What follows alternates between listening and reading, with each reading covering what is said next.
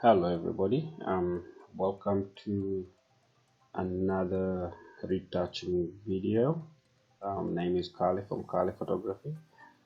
Today I will be editing or slightly retouching this image right here that I took of a friend of mine last week Sunday. Her name is Aleta. We took this shot just outside my flat. It was a very quiet Sunday, slightly windy, but we managed to take a few good shots. I already edited this image in Lightroom, so I'm just going to try to edit a little bit, do a little bit of a retouch in Photoshop. I'll try my best to keep this video short, unlike the previous one that took quite some time. Okay, let's jump into it. My action panels are already open, so I'll jump in and open the frequency separation. Unfortunately, I did not shoot this image in RAW, which is another problem. Okay, anyhow, I'll increase my radius to around about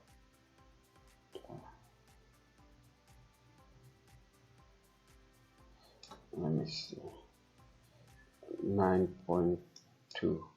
The reason is I want to slightly blur out or smoothen her face quite a lot in this image. I don't know if it's going to work out, but that's the whole idea. So to do that, I'll slightly increase my okay, I think that's good. Okay, I'll just do 6.6 for now. Okay, her skin is relatively smooth. It doesn't have a lot of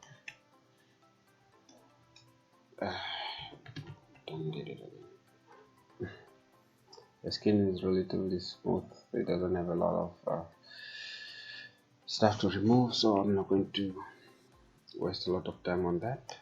I'll jump into my low layer, pick up my mixer brush from my brush tools, set it to clear and hold that. I'll keep my wetness to at 20 today. Let me see how 20 works. Okay, there. Okay, there we go. Let me just remove this panel down a little bit. Let me zoom in. So, like I said last time, when you're using the mixer brush, always try to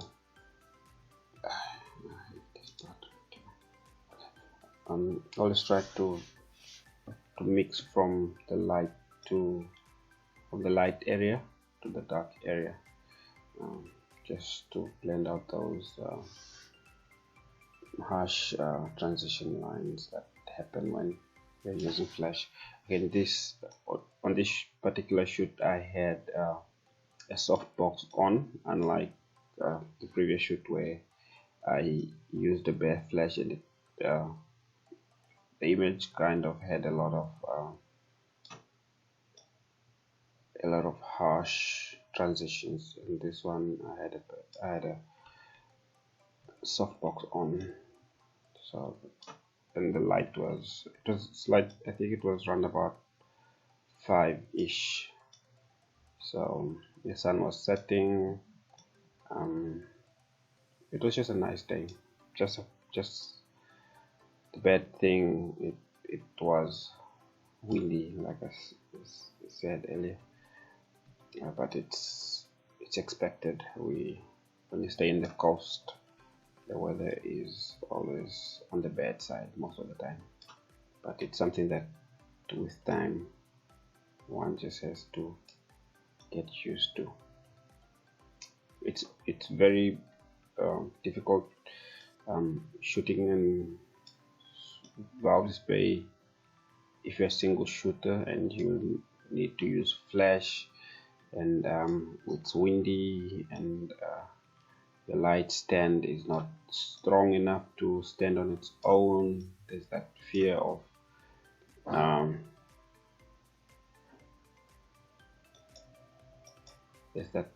fear of you accidentally of the wind catching the softbox and dropping it and damaging your light. So if you're in valve display and you use flash, or if you're in any coastal area or any place with a lot of that's windy, always try to have a second hand if you're lucky enough to have someone to assist you.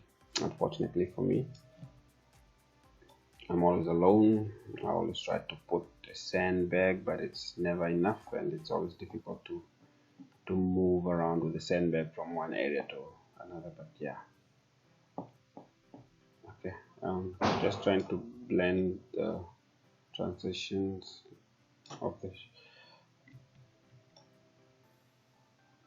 transitions here, and slowly just making a skin, how do you call it, plain, like smooth or flattening her skin. So when I come back, let me see, look at difference right there. You can, as I switch off, that's before and after. You can see just how that kind of like I think I went a little bit over there, but it's going to be too much. There'll be a lot to go back to. There's not a lot of skin anyways.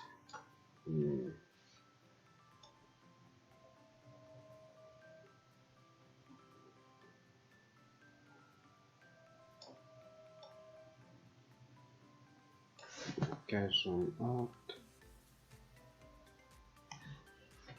Yes, double check. Okay, there.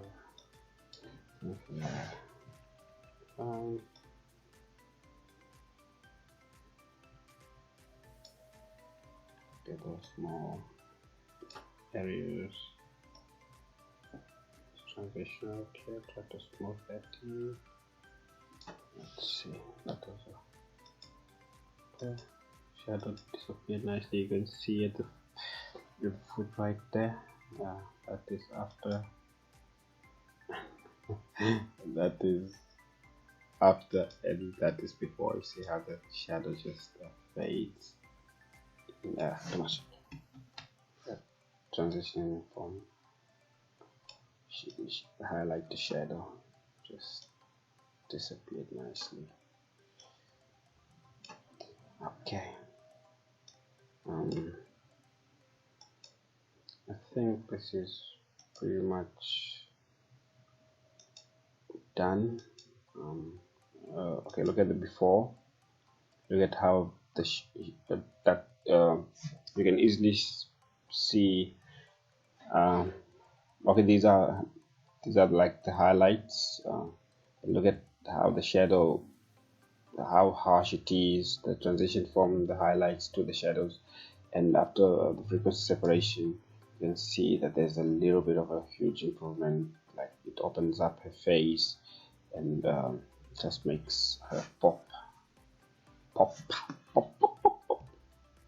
Yeah, pop slightly. Okay, that's it for frequency separation. I'm going to do a little bit of dodge and burn. I think I might add a little bit of melanin tone just to kind of like darken her all the over. Let's see how it gets there. Okay, dodge and burn. Okay, with this one, then I just have to quickly change to normal brush. Make sure my flow is as low as I can. 2 is the best number. Make sure that you always have a soft brush, and always use a white brush, since the action is actually hidden, embedded, so you need to use a white brush. White reveals and black hides, so you're trying to reveal the dodge. Okay, with the dodge, let me see, let me zoom in a little bit. Okay, with the dodge, the idea is just to bring back some of those areas that just kind of like smooth, became very smooth when you were using frequency separation. The highlights, actually you just want to bring highlights to areas that are often hit by, like if you use flash or if you're in any lit area, your forehead region is always going to be brighter than your eyes and your neck area, because the light will obviously hit these areas first. So by dodging them, you kind of like just make these areas stand out as they would naturally when light hits you. And then these are the cheeks as well. These are the areas that are hit by light.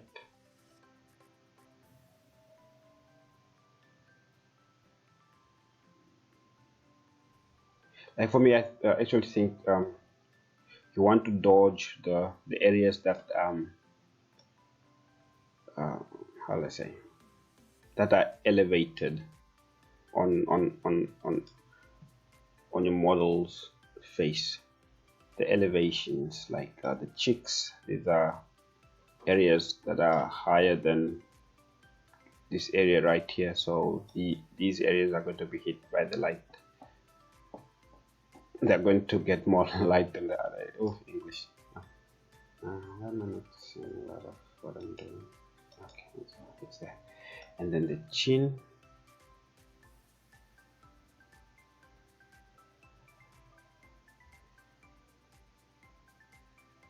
Okay. Just see how, look at how these four areas just kind of like stand out. The cheek area, the cheeks are prominent, the chin is nicely prominent, forehead is out, the ridge of the nose, this area here just pops. And okay, let's see, that's the before and then that's the after.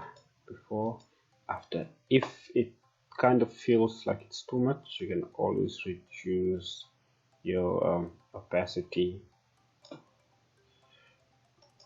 Before, after. I think that just kind of like, I think that for me that will work.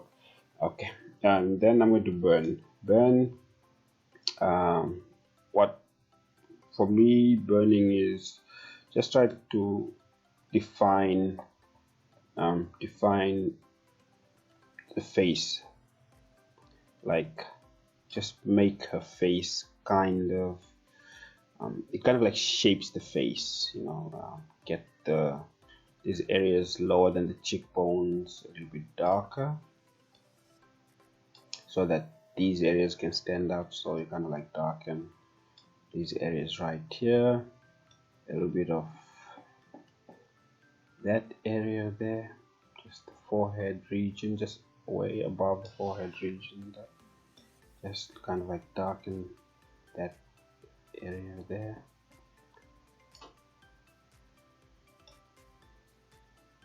Let's see,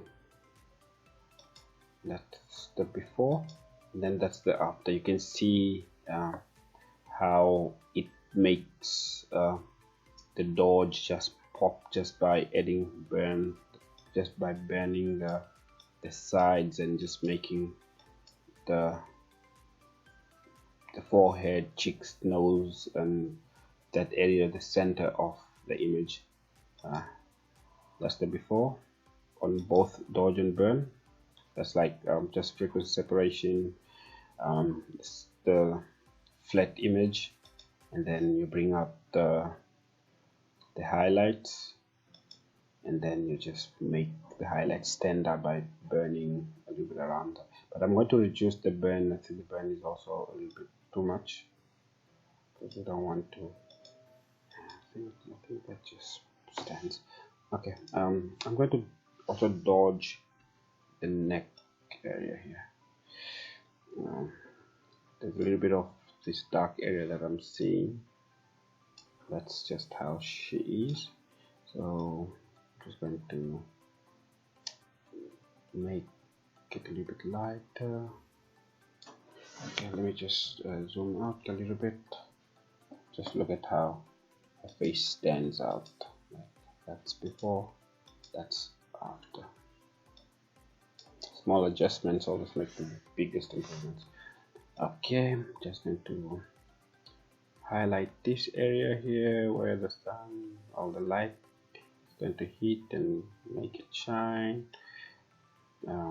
This area right here, and just certain ridges, certain elevations that will just naturally get the most amount of light. So I'm just trying to make those stand out, those areas pop. Okay, a little bit of a knuckle there, and then you can go in and slightly just bend that area there, a little bit of there. Let me see, let me increase the brush and just, since she has a dark shirt, just add a little bit of blackness, or just a little bit of darkness in that shirt right there. And last but not least, weave. We always love dark weave, so just make the weave slightly darker, just like that, and just allow for that area in her face to stand out. Okay, that's how the image looks from afar. Turn off all layers. That was before, straight from Lightroom. A little bit of frequency separation. You can just see how these areas, like how the shadows, all the transitions just fades away, makes the skin smooth and flat. You add a little bit of dodge, bring facial features up her forehead, cheeks and chin, bend, just a little bit of contrast in the hair and the arms and everything. So I'm just going to also be fair and a little bit of dodge there just to make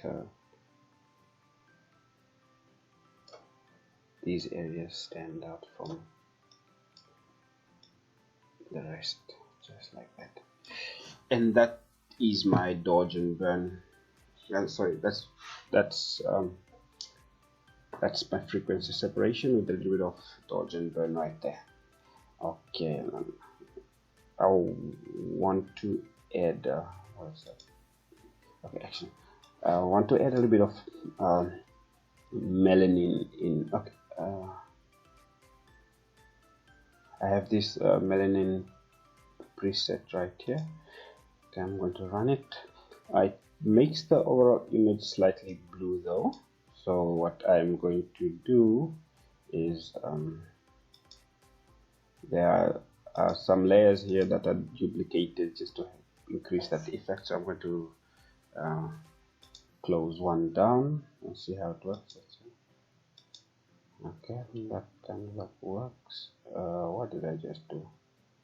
Okay, let me put the dodge and burn into a separate group. That way, do not confuse me. Okay, with the black and white. Let me see. Just going to press a couple of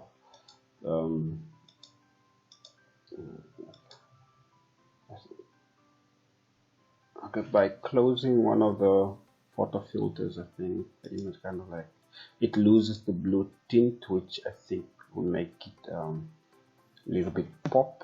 because it looked way too cold. The image, overall image looked colder than it actually was. So let me see. I think that will work for now. Okay, I'll just close that, and I'll reduce the amount. I do not want it to change the whole vibe of the image, you know. Okay, I think with that I've come to the end of this Wednesday edit. I hope you guys like the video. Subscribe if you haven't. Follow me on Instagram. Check out my website. I always upload some of my photo shoots there. Yeah, follow me on Instagram. And yeah, you know, let's see if we can if we can have more of these edits right here. To all my YouTube subscribers, I appreciate. Trying to get the YouTube channel active, so I'll try to post as often as I can. With that said, have a productive day. Yours truly, Kale. Okay.